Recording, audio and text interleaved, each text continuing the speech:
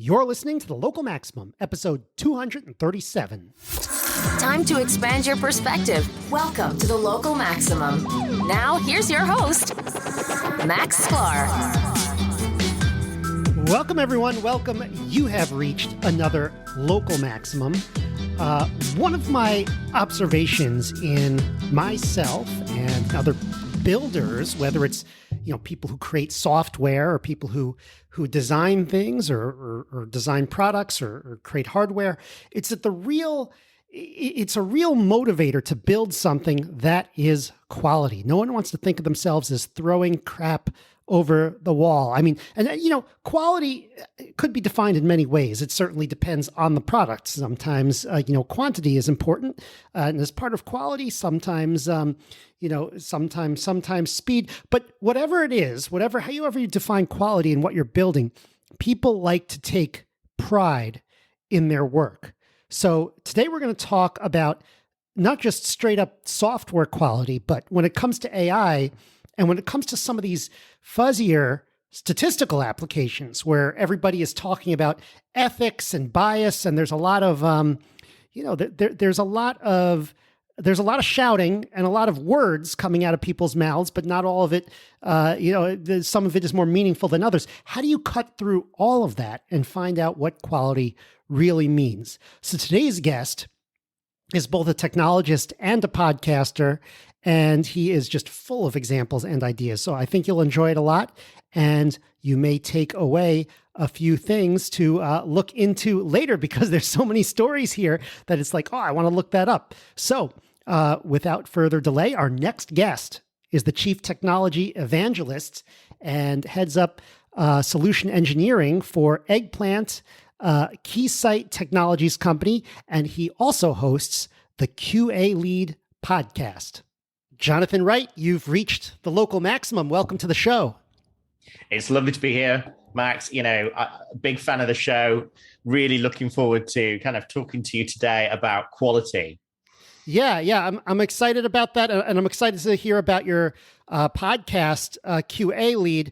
But first, why don't we just jump right into it? You said quality. That's a word that comes up in a lot of your work, but I want to zero in on exactly what we're talking about here, because we've got hardware, we've got software, and then we've got AI / machine learning / data science, which is a subset of software, but there's kind of a difference there where in traditional software, maybe it's like, okay, I write unit tests and I know what's input and I know what the output is, whereas in some of these statistical applications, there's no correct answer, or maybe you have to figure out what a good answer is. So is that a fair way to categorize? And where do you fall in terms of like what you talk about and what you like learn about and work on? Yeah, I think it's a fantastic kind of opening kind of question, really. So, I think there's some scary words in all of those kind of conversations, right? Quality, I think, is in the eye of the beholder in a way. That makes it quite difficult for anyone to really quantify, or at least put what they mean by when they say quality. This product has a higher quality than this product. Sometimes it's more of a gut feel than some type of scientific measure. Whereas sometimes, I was looking at it the other day because the Pixel 6a turned up. Sometimes it's that you look at the tech and it like for like, you go, well, that's the battery. This is the output. This is how long it runs. This is a universal benchmark that everyone uses. Now I know that actually that's good or that's not that good. We're already kind of familiar with the quality of the products that come out of Google and Apple or whoever else. Now it's adding in those extra metrics which say, is this better quality or, than the other product? And so, there's so many different dimensions to quality. And I guess when we start thinking about quality, and we sometimes associate the process of testing that device, right? That device could be hardware.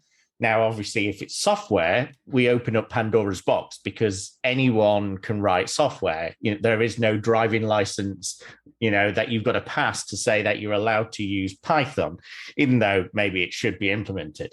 But, part of it is what stops anyone releasing a good app with a good quality on the App Store or a bad app. And, we've heard recently, people like Apple turn around and say, well, actually, if your app's more than 2 years old, we're just going to scrap it. And you're saying, well, if it's a quality product and it works and there's a good solid user base, why would I need to change it? Now, of course, we all know that software changes infinite amount of times. I remember sitting down with Alan Page, who wrote the book on how Microsoft tests, and he said, we release 26 times a day to Bing. And I was like, wow, Bing looks exactly the same. Well, that's almost continuous deployment, I guess. It is. Right? Well, they kind of, the whole book kind of went into this whole canary rollout strategy thing, plus all these teams that have got different levels of features that are released out in the cadence and how they plan it all together. It's amazing. But for me and you, we go to Bing, or maybe we don't ever go to Bing. But to us, those algorithm tweaks to the search engine, do they really affect us? Do we suddenly go, wow, that looks completely different to what it looked like before? And I think this is where we're in this, as you put quite elegantly, in this kind of new reality of, well, you've got a search engine. We know how search engines work. What have they done? How have they optimized that? What's changed? Well, what does that actually mean for me? If I type in dog food, am I going to find my local, ethically sourced dog favorite dog food? Part of it is we need to understand what those changes are. And we also need to know, was that good or was that a bad change that now has a detrimental effect? We could just go onto Twitter or social media and suddenly we get hundreds of people talking about not liking a product. But, what is that risk associated with your brand if you're someone like Nike or you're someone else, a car manufacturer? What's the brand damage of suddenly doing something wrong in the software landscape? And a lot of people on Twitter are just, they're either fake or trolls or, whatever. I feel like if you're a sufficiently big brand, you're going to have people trolling you and, spreading FUD, spreading, misinformation or whatever. This whole talk about Bing, it brought to mind a question, and I don't know if this is a question that you have an opinion on, but I'm going to ask it because it just came to mind, because I was having a conversation a while ago, a few months ago, about the fact that, you talk about the fact that we don't go on to Bing every so often and say, wow, this is updated, this has changed. But I think about 15 years ago in Google, I think we would do that. I think there were times you'd go on, it's like, wow, they have autocomplete now, or wow, I actually this type of search is actually working now, whereas it didn't before. And I had this conversation, like, I'm absolutely certain that Google search is way better in 2012 than it was in 2002. But is it really that much better in 2022 than it is in 2012? And I'm less certain of that. So, and I think the point is maybe they're not optimizing for the user as much anymore. They're optimizing for other things. But I don't know. Do you have a take on that with search engines in general? If you've talked to the Bing people.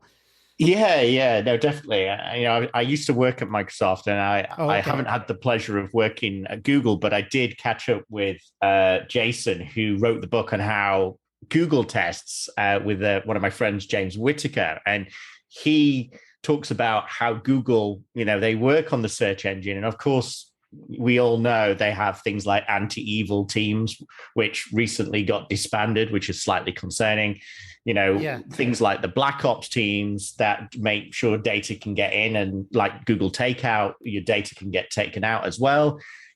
There's teams in there which are looking at new and wonderful ideas of, adding in their maybe Tesseract or their computer vision APIs to actually do things like detect you in the back of somebody else's photo. We know they're doing all of that.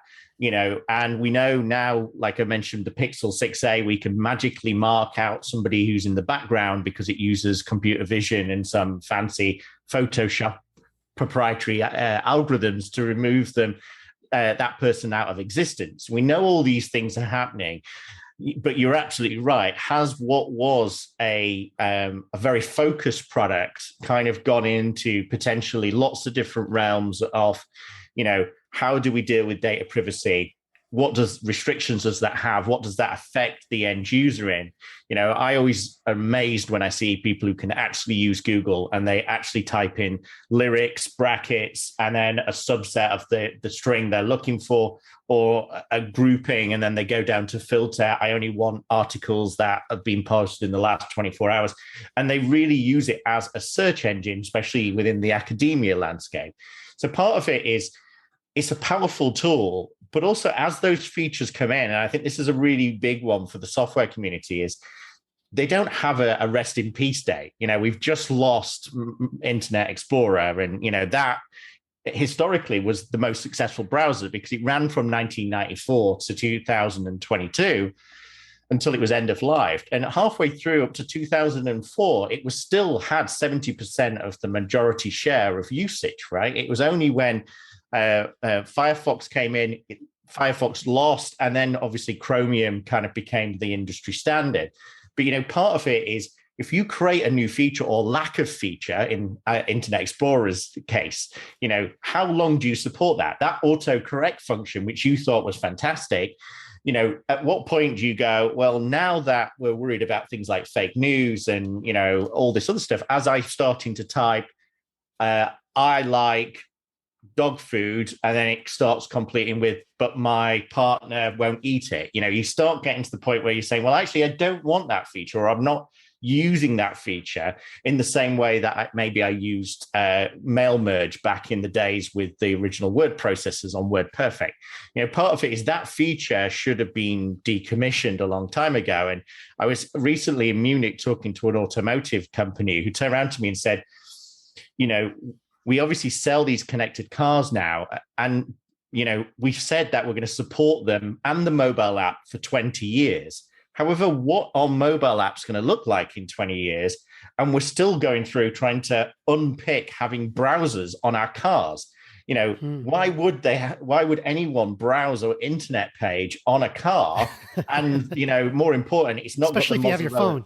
Exactly, on while you're driving as well. Well, that's bad. Yeah. With a big QWERTY keyboard that you're dealing with a center console. So part of it is, it's a great idea that we could have a browser or a DVD player in our car. It just doesn't make practical sense. And you have to support it for that period of time. So I think part of where you see Bing and the evolution of organizations that maybe have adopted continuous delivery and deployment, maybe they're getting to the point where they're more focused on the canary, the understanding the dark launching of features to then do controlled experiments to say, well, actually, we are going to have to end of life this fantastic function, or we're going to have to replace it with something better. But we're going to look at how the behavior of the users are, and hopefully anonymously deal with that for our data privacies. After the great hack and Netflix and too much lockdown time, people realized just how much information Google, Alexa, Siri are capturing, and then how they're using that information from an NLP perspective to start breaking these structures. So, surprise, surprise, I talk about something or I visit a geolocation, I suddenly start getting advertisements from Google. It's not like it's not related. We know that there's a consumer side of that, and they've obviously got to pay the bills. But how do you test it? How do you test ethically? How do you make sure data's not got bias in it?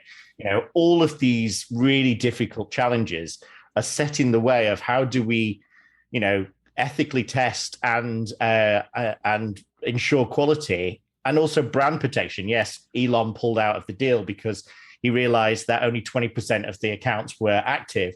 If we've got this fake news coming through, we've got this ability that maybe you've not been hacked because you're not big enough yet. So once you get to that point where you are in the media and you have something to lose, how much brand protection does your software provide you compared to the potential criticism that people are going to have with launching a new product? And I give the example for BMW, who I may or may not have been talking about earlier on. Last week, they launched heated seats as a service. So they pretty much said all of our cars going forwards are going to have heated seats. However, when you buy it, you'll have to go into the BMW marketplace and you will have to pay $6.99 a month. Even though the heater is there. Pardon? even though the heater is there. That's absurd. But it makes a lot of sense. You think about things like gamification, right? There's research being done to say that you won't utilize a feature if you're just giving it straight away. However, you've earned it, you would start using it. So if I reverse park awesomely for 100 times, then it enables the reverse camera, which a camera is going to cost you $6. Your camera's suddenly there, or you get auto park, or you get, you're driving, responsibly and not aggressively, and suddenly autopilot or lane assist starts coming in. Or, you pay for it. You pay for the heated seat, you pay for the heated steering wheel. But again, it's software. It's a software marketplace. And, I can buy Netflix for the same price. Which one's giving me the most value, especially while it's 40 degrees in the UK? Yeah, I have so many follow-ups on all of these. I mean, my thought in the car, like, I don't know if I like the idea of having to think about all these transactions, while I just want to have my car and be able to do whatever it can do. But I want to come back to something you mentioned before, which is the rest in peace date, because this is something that I have trouble with, whether it's at work or personally in projects. It's like, okay, how do you simplify things and remove things that you built? I have trouble letting go sometimes. Sometimes I know at work we've removed things and then it was like, oof, I kind of wish we hadn't.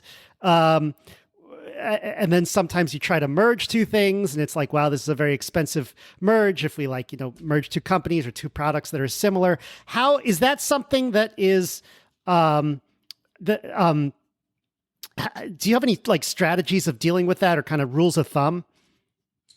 Yeah, definitely. So we do it in our product development life cycles at the moment, is that, if you've done Crossing the Chasm, read Crossing the Chasm or any other product development books from Jeffrey Moore, he talks about, early adopters versus the laggards versus the early mainstream and the late mainstream. So, those early adopters are quite happy to put up with stuff. And I typically associate those with kind of Gen Alpha as well. They're quite happy if they're getting something new, experimental.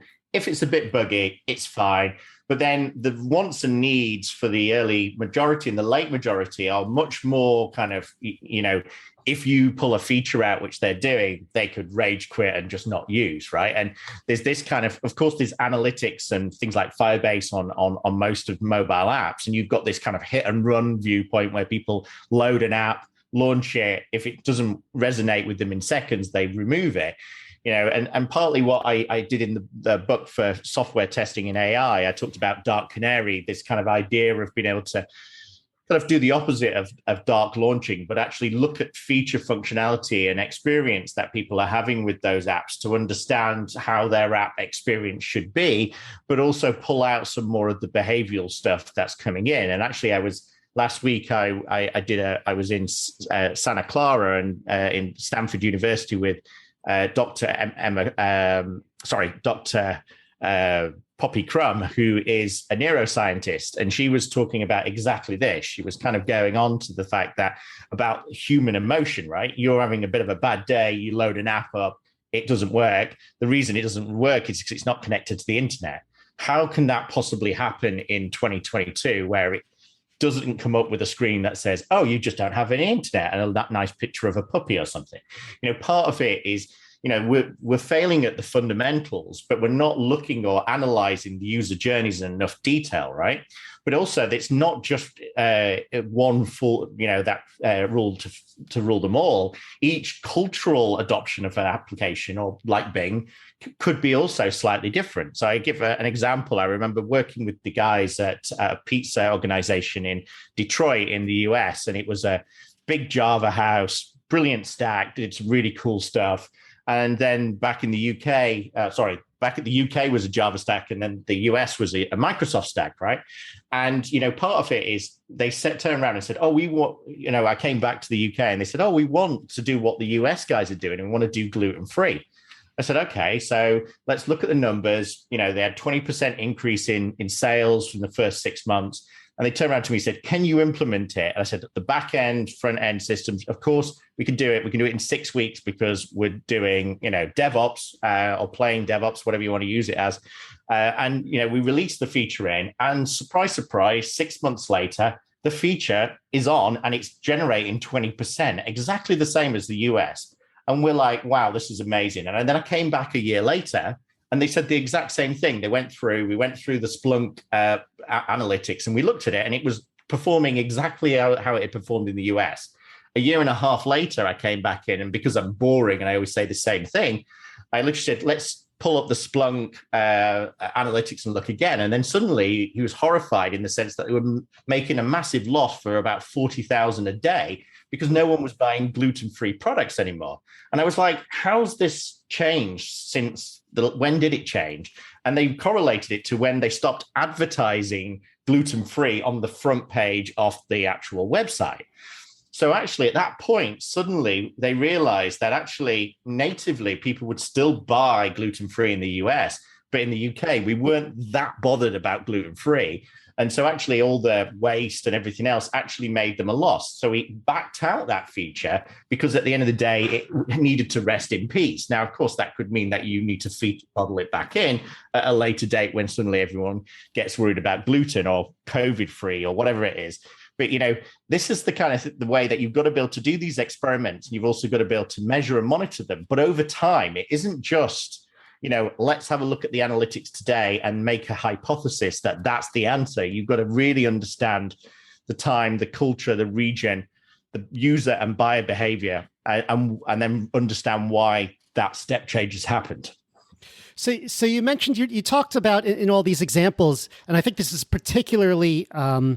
this is a particularly big problem when it comes to, advertising and pushing people into doing things. Talk about testing ethically.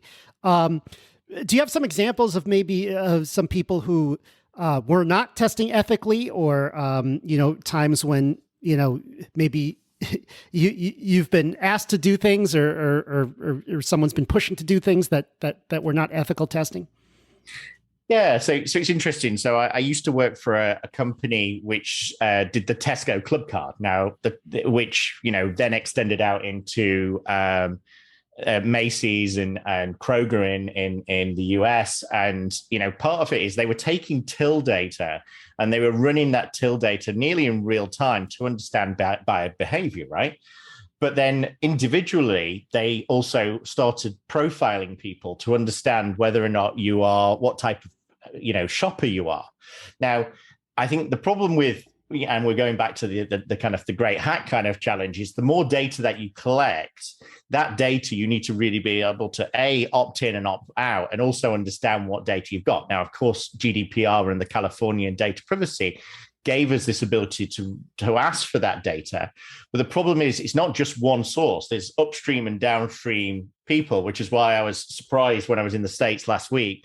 They had the advert with the rhinoceros or something, which was saying, you take a loan out and then you just get spam phone calls all day long.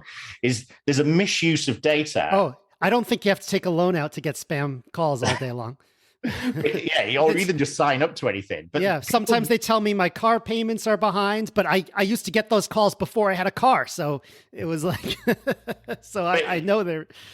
it's the new reality, and it's the same way we don't see spam anymore. And we might all say it's because we've got an ad blocker, but it's not. It's because we've suddenly seen this change in the way that we behave and adopt and evolve as people. And so to your point on the advertising, I work with a company that does adaptive product marketing. So the World Cup was the first example where one person could be watching it in one room, someone watching it in the other, and there will be different banners in the background scrolling through. Now, a lot of that is not random, but it's kind of who's paid for the most slice of the pie. But it can get to that point where it can start understanding, Diablo obviously got into a lot of trouble, or Blizzard did, with the mobile launch. And obviously again, going back to the BMW thing, but they're kind of the microtransactions, but also because they released it with eye tracking SDKs in there. So whenever there's a large app, people put more scrutiny on it. And they looked at it and was like, why have they got eye tracking? And why is it only enabled in the North American region and not China? Now we know why it isn't. how are they doing eye tracking? Is it actually using the camera? Yes, and it's using Okay. it So it's looking at you. natively without opting in. Yeah, So that's you're crazy. not opting to get the camera. It's a native function, and the native function is seeing where you're looking on the screen. Now, if you add that to emotional detection, you could then start getting a feedback mechanism of, where is engaging. So I worked with a company which is a kind of a Netflix production company with clickable. Everything you saw on the screen you could buy. So part of it is, and you've probably seen it in Instagram, it's kind of what Facebook are working on at the moment, and Google Marketplace are doing the same, is if I take a photo of you now, I can buy the painting that you have in the back of your screen. But also, Right. as our last call, those South African artifacts, it will also match the pattern and go and find a shop which has them in store. And I can buy that experience without leaving to sign up and register on some other weird website. I can do all those transactions whilst I'm talking to you, or if I'm you become in essence the advertiser. But more importantly, because of the depth of field on the cameras and LiDAR on most normal phones now, they could manipulate that actual image to include other things. So those South African artifacts, if I was a big fan of Friends, it could swap out pictures dynamically in the back. Now we know this is things like NFTs. And, again, it's that kind of question about ownership, but it's also that kind of question of saying, well, actually, this is my space. If I take a photo, you shouldn't be selling my friend's T-shirt that you like, because where's my cut? Part of it is, I think we're starting to see kind of misuse of technology, but, that anti-evil team that got disbanded in Google, which my friend Jason left slightly after, because teams were just going, okay, I'm just going to walk over to the Google Maps guys and go, can I have all your data to do this weird thing and run this big kind of, data lake, and do some training on it? And they were like, yeah, now you can. You couldn't before. But, part of it is, without those kind of people who are in those AI ethics kind of roles, the misuse of data could get quite happy, can happen quite quickly. And as you said, Yeah. with your personal development, you're developing stuff in essence, sometimes for yourself. As developers, we're building something that we think we would use. Part of it is we're building that bias into it as well. So, how do we avoid all of that? So we're actually building it something for the customer. And of course, people say, well, the customer doesn't know what they want, or, it's a new product. How can anyone know how it's going to resonate? But, part of this is a new way of development. It's a new way of rapid prototyping, experimenting, fail fast, learn rapidly kind of landscape, where we're having to bring in AI and machine learning to give us a lot of the unknown unknowns and take the large amounts of data, which is in a chaotic environment where there's huge amounts of exhaust data, and try and make some sense out of it to say, we're seeing buying, purchasing habits in a particular way, or we're seeing people digitally disengage with the products. And this is a whole stack of new people who have not yet been born, probably. So Yeah. So you mentioned some like ethical kind of dilemmas, which I'm not sure how I feel about it. Certainly, like the eye tracking thing without your permission, that's totally creepy. If I put out something publicly and some company wants to sell based on something that I had in the video, I mean, yes, I would like a cut, but I don't know if that's really, I don't know if there's a victim there. I feel like I'm putting that out publicly. I feel like maybe that's not that bad. I don't know. How do you feel about that? Yeah, well, if we think of a meme, right, part of it starts off with some most likely copyrighted image from some kind of TV series. And, one of the things which I love about the IMDb, and it goes back into this metaverse example use case that I gave, is you can go on IMDb and look at any product and it'll show you where it appeared in every single movie. So they do it for I didn't know that. purposes. Oh, that's cool. So if you're seeing a car chase on the Matrix and there's a new shiny Lincoln 1158 or whatever it is, they have to record where it was, how long it was in for.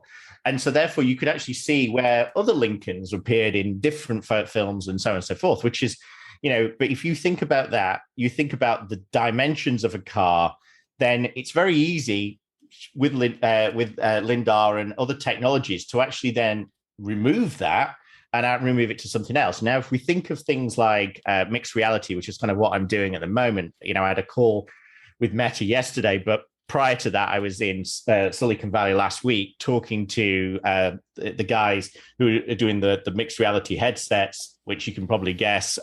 They also do PC operating systems. But, part of it is they're obviously using that mixed reality for DoD contracts where they're in battlefields, they've got, extreme temperature. They're trying to overlay information about maybe the engine management system or a particular, piece of military equipment, how to fix it, critical infrastructure. They're getting and overlaying all these feeds. And then the same couple of weeks ago, we know, obviously, Zuckerberg has launched the Oculus Pro, but he's going to bring out a mixed reality headset.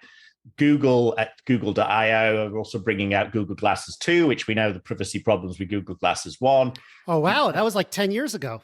It was. And I have a copy of them. I also have a photo of me wearing them. And I look like an absolute geek. I've always wondered when those were coming back. Maybe we'll have an episode on that. We should do, yeah. And the other one is obviously Apple, right? And we know it's 2024 to 2025 when they're going to start doing consumerism, but they're all the same blueprint. They're all using eye tracking. So we're actually having to emulate the movement of an eye so that we can see if the glasses move what's on the screen to actually the way that you're looking. So if they're looking over a piece of equipment, it refocuses the information on there. Now, this might be a new way to interact with people from a human-computer interaction perspective, but we talked about, I think, the Minority Report, but, is this going to mean that the death of the mobile phone is going to happen, mobile again, and then what's going to happen is we're going to start getting these new, blurring the boundaries between technology and the real world, where you get into your car, it overlays your sat nav, people are doing conversations, you're interacting with people and it's telling them how many children they've got, what their favorite color is. At what point do we stop, and how does this new world potentially affect how software development happens? But also, of course, we're talking about the metaverse. It's a new kind of concept, which feels like it's a long way away from maybe Beat Saber and the adoption from, PlayStations, right? Yeah, we talked about that world when I worked at Foursquare all the time. I mean, especially with Dennis Crowley, who's been on this show a few times. I want to get back to this future stuff's really interesting. Maybe we'll get back to that. But I wanted to talk about AI bias. That's something we talk about a lot on the show. And to be honest, like sometimes when people talk about AI bias, I feel like they are just trying to, sometimes it's like buzzwords for funding, and they're not really defining what they're actually talking about. Or in some cases, it's like, not at all what, I always feel like, oh, I'm working on AI bias, and then I don't have to actually explain what I'm doing because everyone agrees that's important. And I'm a little skeptical sometimes. But what do you think? What alarms go off for you when someone claims that an AI is biased and needs to be corrected? And what's like what would you say is the legitimate questions to ask about some algorithm? I'm talking about AI, but really just any statistical algorithm. Sure. No, great question. So I'm part of the European Commission AI Alliance, which they published a high-level AI ethics document. Hey, Al, you can find it if you go for the AI Alliance, and it put down some fundamental requirements, legal requirements that people need to do when they're when they're applying ethics to AI. And then the BCS and also the ISO also released a new ethical guideline for AI frameworks. So I sit on the review committee for 29119 Part 11, which is testing within AI. So that's kind of how you test AI-based systems. Now, of course, this kind of highlights this problem is like, what are the questions that you need to ask? And, and what are you looking for? And I kind of put together a bit for the book, which I referred to as gated AI, which was the link to the blog which I wrote. But it was all around putting goals, accuracy, and of course transformation and data in essence is kind of the main things. And it was looking at where the data sources came from originally. And now when we did things like the MIT COVID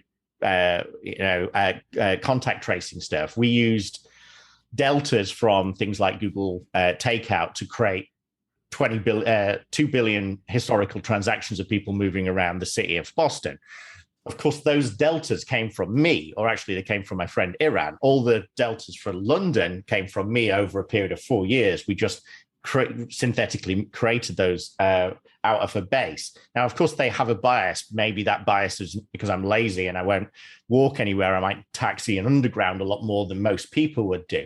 But when I'm building that, even though in that particular case it was a free, well, it was a open source contributor project, we had to take our data from somewhere to be able to train the systems. We had to use it to train to say it's going to get false positives. So when we started, the PathCheck Foundation, part of it was these real challenges of how do we take some kind of realistic model.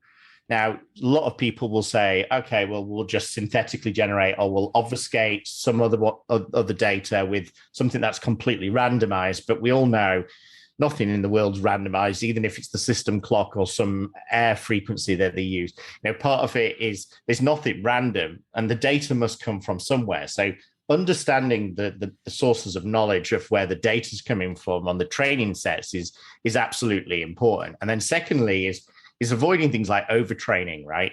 Part of it is, just because they want to get to a point where... Hold on, I want to get into overtraining, but I want to try to summarize this to make sure that I understand. So essentially, it's hard to correct for input data that has some kind of bias or some kind of issue with it. And that's kind of the first thing to look, is to understand where you're getting the data. Now, obviously, the paper that I wrote about correcting bias is like, if you know that you have some source and then that source has been through some filter, how do you undo that filter? But the original source is still still stands as, it's very difficult to for an algorithm to correct for that, or maybe even impossible if you have some kind of issue going into it. Is that a fair assessment? Maybe I could summarize it a little better. No, I think it's a great assessment. I think we gave another example around a leading fashion brand, which were I was involved in their training against images, which they wanted to train to say, well, it's a t-shirt, it's red, it's a certain size, it's a male t-shirt, it's got a logo on it, it's got a pattern on it. And of course, people have trained and have available algorithms that do that, right? However, they're not specific to how your organization works, right? They're a more generalized version of that.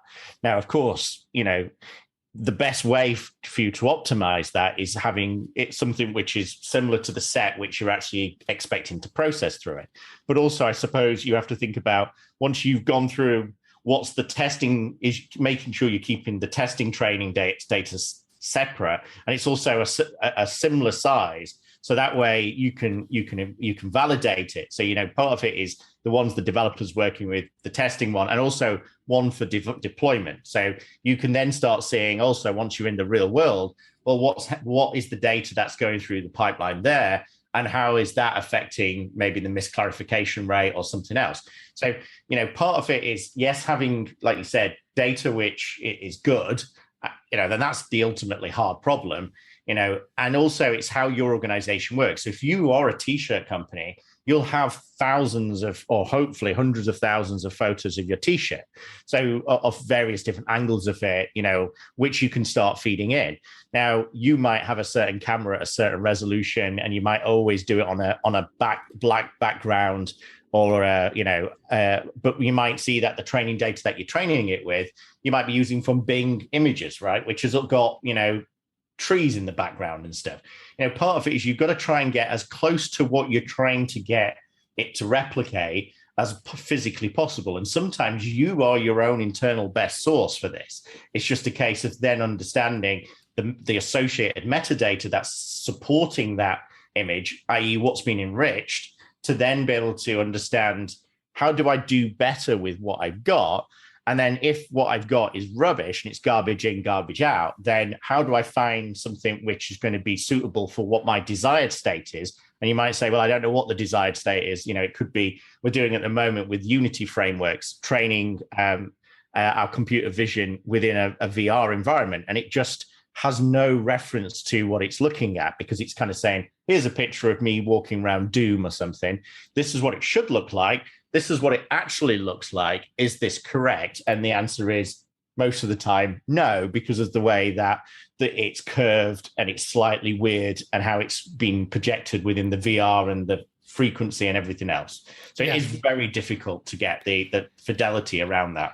So this is kind of a strategy that I've used, but maybe you could tell me if there's any pitfalls on this. Is usually you have a large data set and you're like, great, I'm gonna build some models off this data set, but I know it's got problems. So what I do is I build a smaller data set that's like, human curated, where it's like, okay, I'm actually either I personally am checking each one, step by step, or, as just kind of, it's not enough data because it's more expensive to do that. It's not enough data to get a model on, but it's enough to kind of be a little check to see how far off I am. Now, the problem with that is like, you're still not doing anything about the bias of the engineer or product developer. That's that's another problem, because when they say they're getting rid of bias, I often think that, okay, they're just replacing it with their own bias, depending on what it is. I mean, some problems are a little bit more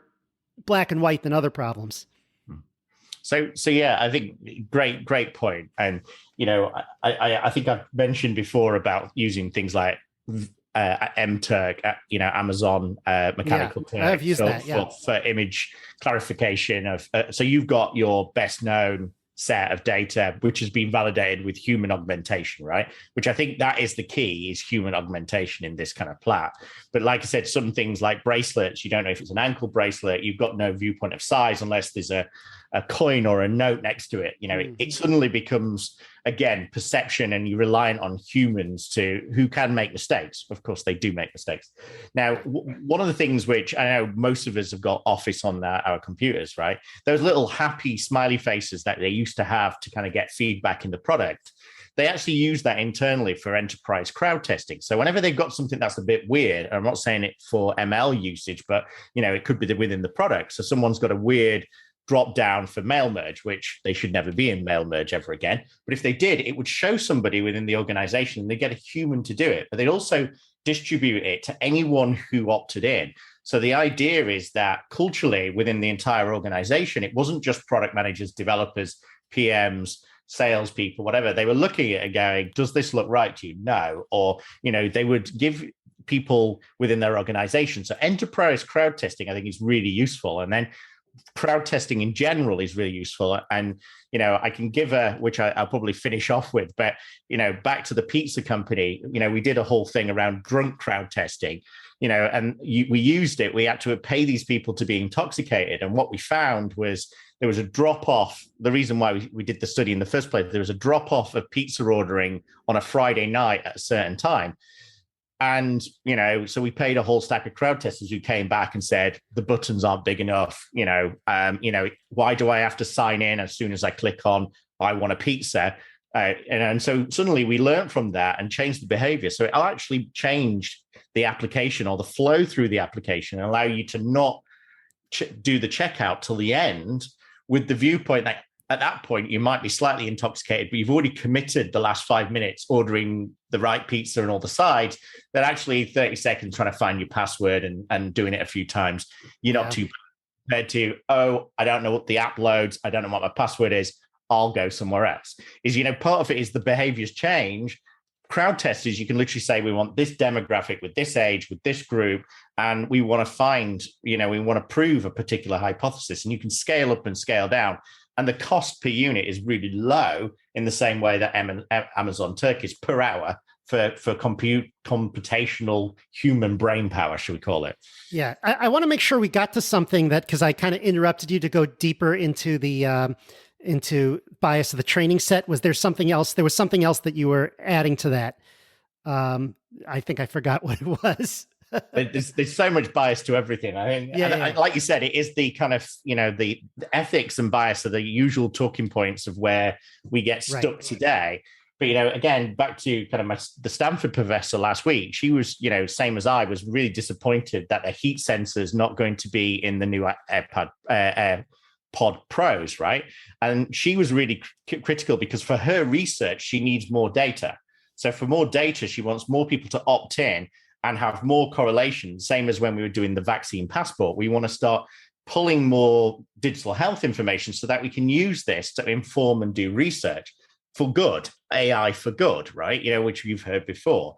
However, the use of AI for bad greatly outweighs maybe the use case for AI for good. But, part of it is, why are we trying to do it? And therefore, Wozniak did this session for us last year. And when I was chatting with him, he talked about explainable AI.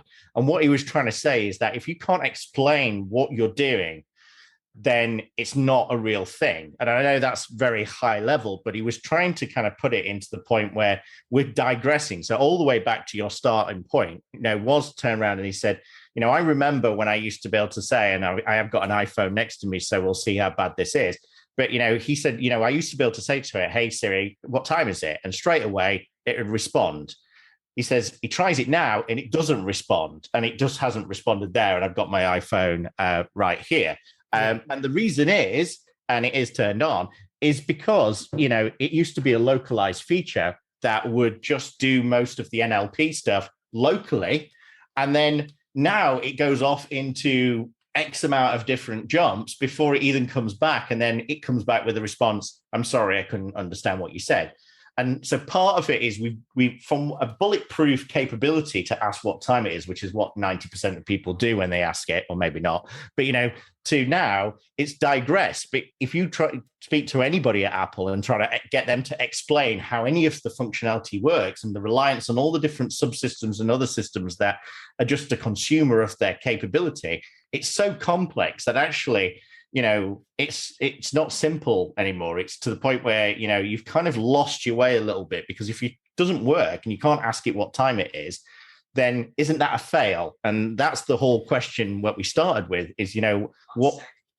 So Siri's finally got it. Finally, yeah. There's definitely a theme of like simplification and explainability that I hear from you and that I come back to a lot. I know as an engineer, I have tendencies to go away from that sometimes because I'm always thinking higher and higher level. But then you kind of want to go back and I guess try to clean things up. And that could always be a painful process. We are, we're up against time a little bit, but I just want to ask you for a definition of something that you talk about, and then we'll wrap up. So what is a digital twin? Yeah, that might be the most difficult question out of all of today. I didn't realize that. I literally, the panel discussion we were on last week in Stanford was about digital twins, and we had the academic viewpoint of the digital twin. And a digital twin is a representation of a system, a physical system or a software system, right? However, we usually refer to digital twins when we think we create a digital twin of a power plant or a weather machine. It's something which we can emulate or simulate so that we understand within its confined areas, what does the wind turbine do? What's the possible permutations it can do? How long does it take to start up? What's the tolerances for the components?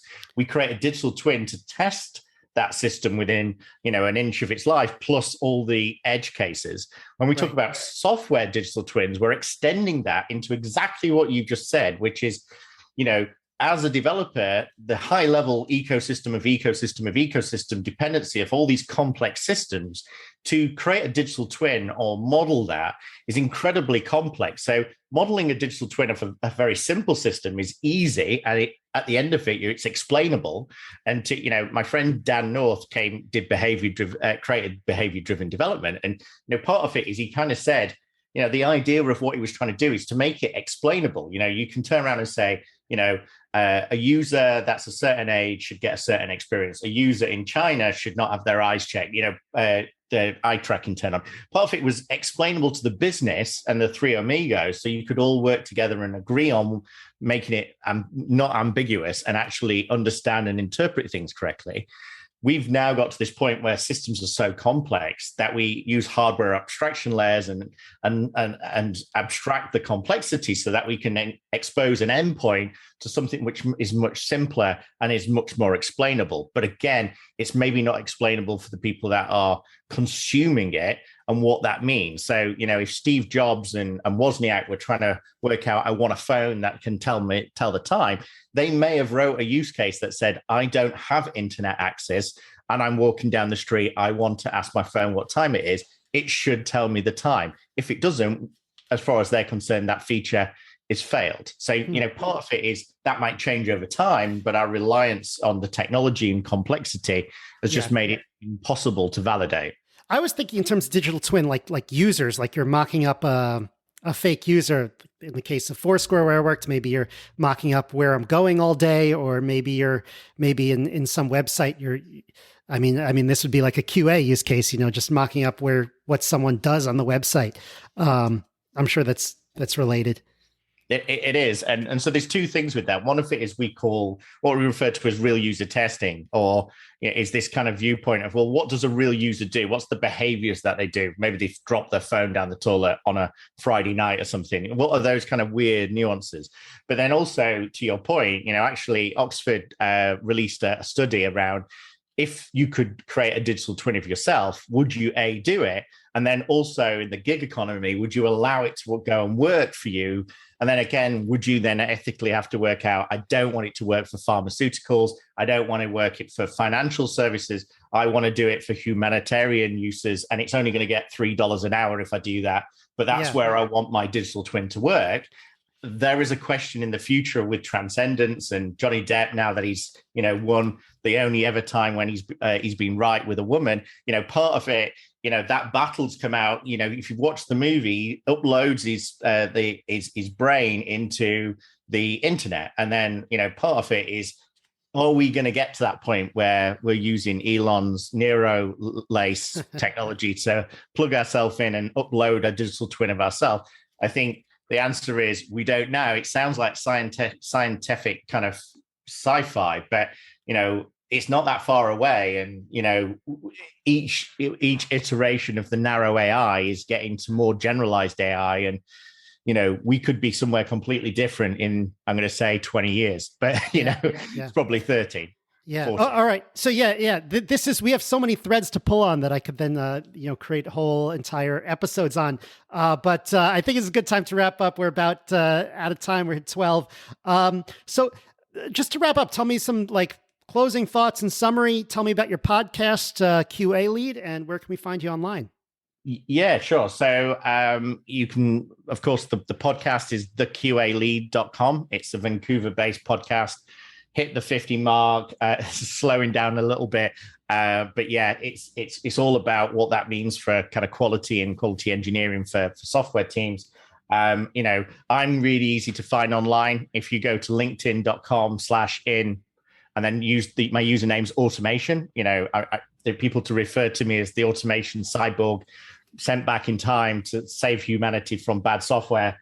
I haven't quite managed to fix that yet, but I will do. But we'll have to get you on the show and extend this, or even put this onto the show and get you some of the stuff that you've done. I read through the white paper, and you guys have been doing some amazing stuff at Foursquare. So we'll have to follow it up with another session. Yeah. Well, that was written after I was done working at Foursquare and I finally had time to write it. But happy to talk about all of that. Jonathon, I'd love to comment on your show, by the way. Jonathon, thanks for coming on the Local Maximum today. Really appreciate it. I think you gave us a lot of good examples and food for thought. Wonderful. Well, thanks so much, Max. And yeah, make sure you sign up to the Maximum podcast.